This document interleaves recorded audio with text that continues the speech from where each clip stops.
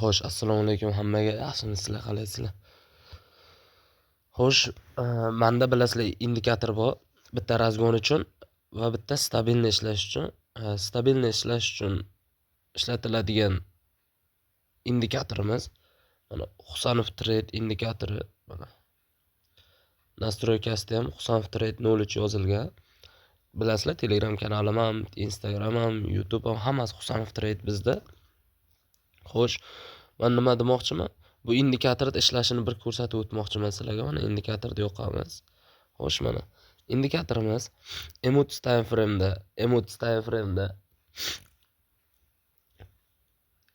time frame'da Bitcoin parasida ishlaydi. Endi bizning qilayotgan ishimiz nima? Emots time frame'da Bitcoin parasida biz EMA 200 ni yoqib olamiz. EMA 200 ni yoqib olamiz. EMA 200 ni yoqib olamiz. Xo'sh, mana oxirgi take profit stop losslarni ko'rsatgan zonagacha boraylik mana. Indikatorim ko'rib turibsizlar, juda ideal ishlagan. Ili indikator o'zim endi shaxsan o'zim emas, o'zim kod yozishni bilmayman, to'g'risi. Dasturchilarga o'zim boshida turib yozdirtirganman, bu bir. Ikkinchidan, indikator buy bersa o'chib qolib, sell bersa o'chib qolib, yonib qolib, yana o'chib qolib, unaqa narsa yo'q. Как положено, close bar deyiladi-da, ya'ni nima? Bar yopilgandan keyin signal chiqadi. Misol uchun Emots time frame shunaqa holatlar bo'lgandan keyin signal chiqsin deb aytilgan indikatorga. Kechirasizlar. Xo'sh, indikatorga shuni strategiyalarimiz kiritilgan va o'sha strategiyalarga bozor talabga javob bergandan keyin signal chiqsin deyilgan. Ya'ni o'sha time frame'da o'sha sham yopilib tasdiq berilgandan so'ng signal chiqilsin deyilgan. Ya'ni Emots time frame'da mana sham yopilgandan keyin signal chiqadi. Mana betlarda mana ko'rib turibsizlar, sell bergan, bu ham chotka ishlab bergan. Emots time frame'da bu ham normalniy natija, shunda sham ham bu degani mana misol uchun mana bu yerda mana hozir ko'rsataman. Chizgicha oling. Mana bu joyda 3 ta sham mana 1 2 3 kechirasizlar. Yarim soatdan 1,5 soat pastga yurgan, sell bergan payt. Endi bayni ko'ramiz. Mana bu yashil shamchada bay beryapti. 1 2 3 4 5 6 7 ta. 7 ta degani qancha? 3,5 soat bo'ladimi? Yarim soatdan-da. 3,5 soat bozor tepada yuribdi. Bay bergandan keyin. Mana bay berdi, o'sha endi mana bunaqa take profit 5 gacha bo'lgan tarixda mana shu joygacha ko'rsatyapti. Bu yog'in tarixini ko'rsatmayapti. O'shaning uchun men mana shundan bu yog'ini ko'rsataman. Qaranglar bolalar. Bozor bay berdi, take profit 5 gacha keldi. Ko'ryapsizlar? Bu bizda necha punkt bo'ladi Bitcoinda? Xo'sh, mana shamchadan bay beryapti, yashil shamchadan. Xo'sh, ketdi mana. Take profit 5 mana shu joyda olinyapti. 2400 punkt bo'lyapti. Yo'q, 2400 pips. 2400 pips bitta signalda o'zidan. Xo'sh, mana tepada sell beryapti. Ketdi mana take profit 3 gacha urilgan. Take profit 3 hit deb yozib chiqqan. Mana take profit 3 gacha. Ketdi, keyin ko'ramiz. Mana bu joyda bay beryapti. Mana bu joyda. Mana uni sal ko'rinmaydiganroq qilaydi rangini.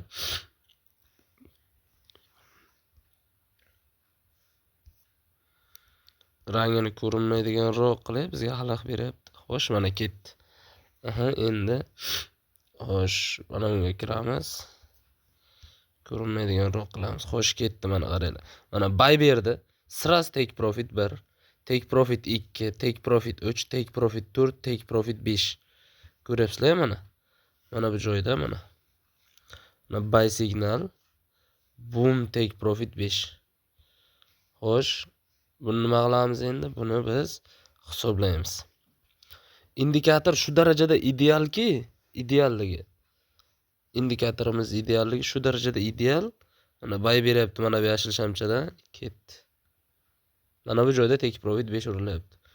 3339, 3300 punkt.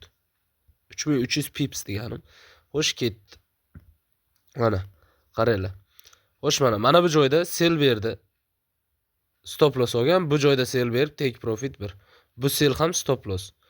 har bir сделкаga 1% dan risk qilib ishlasanglar, buni ishlash qoidalari 4 ta 5 ta qoidasi bor. Men darslik qilib tashab qo'yganman, olgan odamga tashab beraman deb buni. Har bir сделкаga 1% dan risk qilib ishlasanglar, har 3 ta сделкаdan ko'ra сделкani 1,5%, 2%, 2,5%, 3% qilib har 3 ta сделкаdan keyin ko'tarib ketsanglar, 100% plyusda chiqasizlar. Maksimum bo'lsa 4 ta 3 tagacha stop olishi mumkin. Undan ko'p emas. Bu degani 5% $100 puli bor odam $5 dan risk qilib ishlasa, ya'ni 5% dan risk qilib ishlasa, maksimum 15% minusi bo'lishi mumkin. Atak bo'ldi, boshqa narsa emas. Endi men $100 pul bu uchun hisoblayapman. Atak $1000 pul uchun bo'lsa, 1% dan risk qilsa $10 bo'ladi 1% risk. Atak ketsa 3 ta stop lossga 3% ketadi, sразу buni qoplab beryapti take profit 3 bilan. O'shaning uchun ishlash qoidalari bor. Ketdi mana yana sell buy berdi, qaranglar. Take profit 3. Sell berdi, take profit 4. Buy take profit 1. Buy take profit 2 gacha kelibdi. Sell take profit 1. Buy. Mana bu yerda ham buy berib shuncha tepaga yuryapti-da, keyin sell beryapti. Sell bergan paytda sразу buy ni yopib sellga ochamiz. Mana ekran nima aylanib ketyapti. Sell bergan paytda buy ni yopib sразу sell ochamiz. Boom, take profit 1 bittada. Yangili ham biz indikatorimiz tomonga yurgan. Xo'sh, ketdi, qaranglar. Buy bo'ldi. Bitta sell chiqdi, buy ni yopib sellni ochamiz. Keyin sразу buy signal chiqyapti. Sell ni yopib buy ni ochamiz, take profit 4. Bo'ldi, take profit 4 urildimi, sell ochildi. Сделкani yopamizda, boom, sell ochamiz, take profit 2 gacha. Buy chiqdi. Sell ni yopib buy ochamiz, take profit 3. Buy ni yopib mana sell chiqdi, sell ochamiz, take profit 5 gacha kelgan mana. Ko'rib turibsizlar, take profit 5 gacha. Xo'sh, keyin nima bo'ldi? Sразу сделкani yopamizda buy ochamiz. Mana take profit 4 gacha kelgan. Buy ni yopib sell ochamiz, bitta, ikkita, xo'sh, ketdi mana. Va mana sell take profit 4, buy, mana buyimiz ham shuncha tepaga yurib, keyin pastga tushib ketgan. Xo'sh, dalshi davom etamiz. Buy take profit 1, sell уже hozir ham Bitcoin, данный moment Bitcoin sell berdi. Ko'ramiz, o'zim ham сделка ochaman va kanalga buni tashlayman, ungacha ekranni pauza qilib turaman. Xo'sh bolalar, o'zim ham сделка ochdim. Soatga qarab ham bilsanglar bo'ladi. Bo'y to'xtatayotgan paytim soat necha edi, hozir necha edi? Bitcoinda sell ochdim. Take profit 1, take profit 2 hammasi bor. Stop loss take profitlar qo'yildi. 5 ta сделка ochildi. Misol uchun men asosan 3%, 2% risk bilan ishlayman maksimum. 2% riskimni 5 ga bo'lib 5 ta сделка qildim. Bittasi take profit 1 da yopiladi, bittasi take profit 2 da. Mabodo stop loss olayotgan bo'lsa, hammasi borib pramoy 2%, hammasi stopda olsam borib nima deydi? Borsa 2% risk oladi. Mana o'tgan safar ham kanalga berganman. Indikatorimiz hozirgi holati deb. O'sha holatni hozir ham ko'rsatib beraman sizlarga. Ketdi mana indikatorimiz. Xo'sh, Bitcoinda emotsiz time frame da sell signal chiqdi. Ko'ramiz nima bo'lar ekan. Xohlasa buyda olsin, xohlasa sellda olsin, mana Bitcoin. Xo'sh, mana ujji ko'rdilaring. Ujji boom, bittada impuls bor. Mana bu joydan hozir men sell berdim kanalga. Mana sariq chiziqdan sellga kiramiz. Stop lossni men mana bu joyga qo'ydim. Take profit 1 ga 1. Take profit 1 ga 2 risk rewardda. Ujji necha punkt? Hisoblaymiz, necha pips? Boom.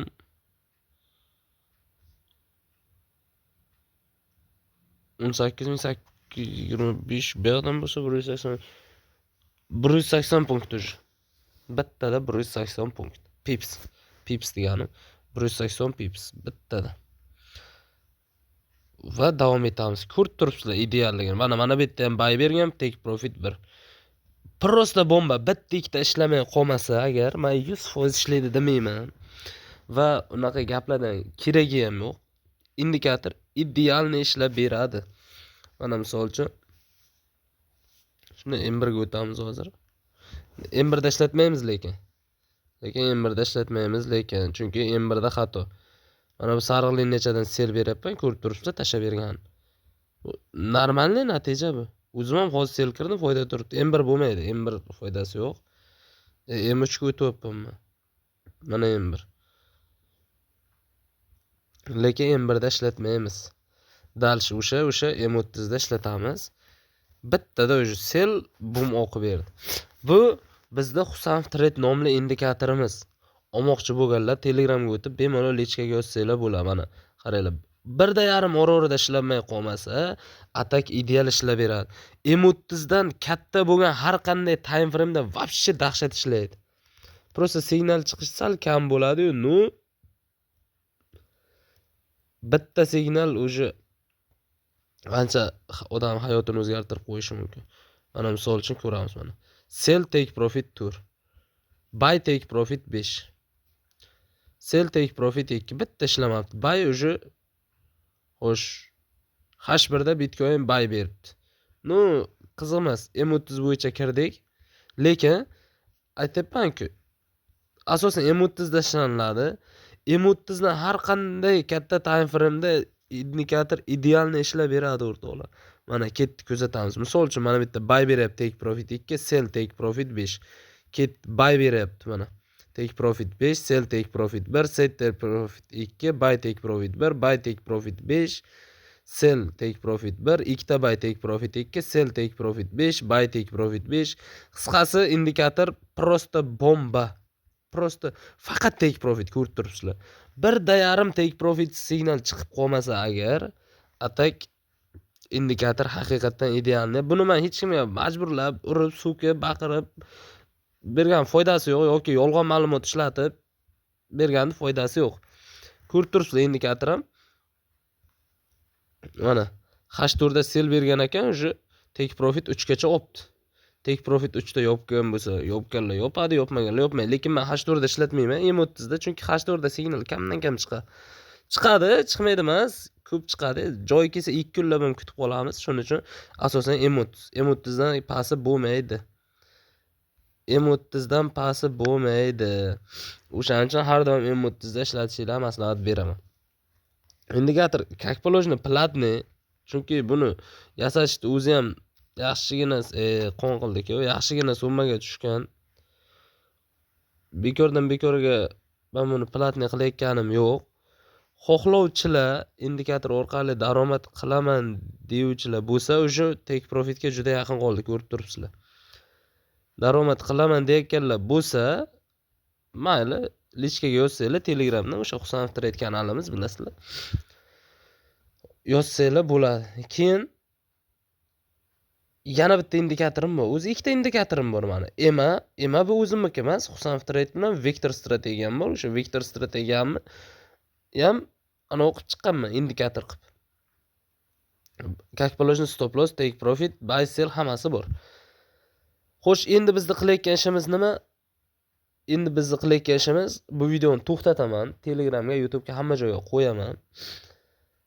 Instagramdagacha olmoqchi bo'lganlar bemalol kirib foydalansanglar bo'ladi. Keyingi videom Vector strategiyamiz haqidagi Vector strategiyamizda indikator haqida bo'ladi. Rahmat hammaga, charchamanglar, sog' bo'linglar.